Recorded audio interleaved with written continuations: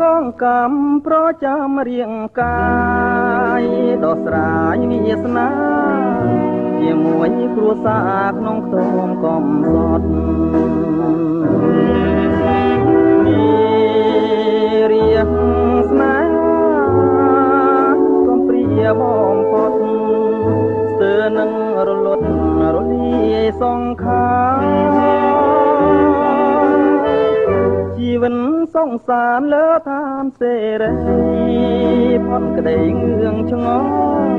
ប្រះចាកម្មផលដែលតាមផ្ដន់ទាកងកែវកងសុខគ្មានទុករាំងរា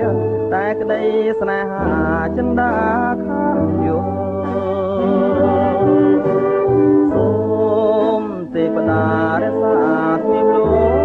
ងមកជួយលើកស្ទួយជ័យជោងដល់សន្លោកកំពុងខ្លាយខអើយរួចកម្មពីវិញ្ញាកងវល់សូមឲ្យបានយល់តែស្នេហ៍សុខសាន្តទីណាសបាយតែខ្លាយជាទុកផុតសងកាតកម្មមិនដូចបណ្ដាំនៃព្រះទ្រង់ញាណគុំលឿនห่วងច្បាប់ទម្លាប់ព្រេងមានទើបយើងឆ្លងបានឋានទុកលោកេ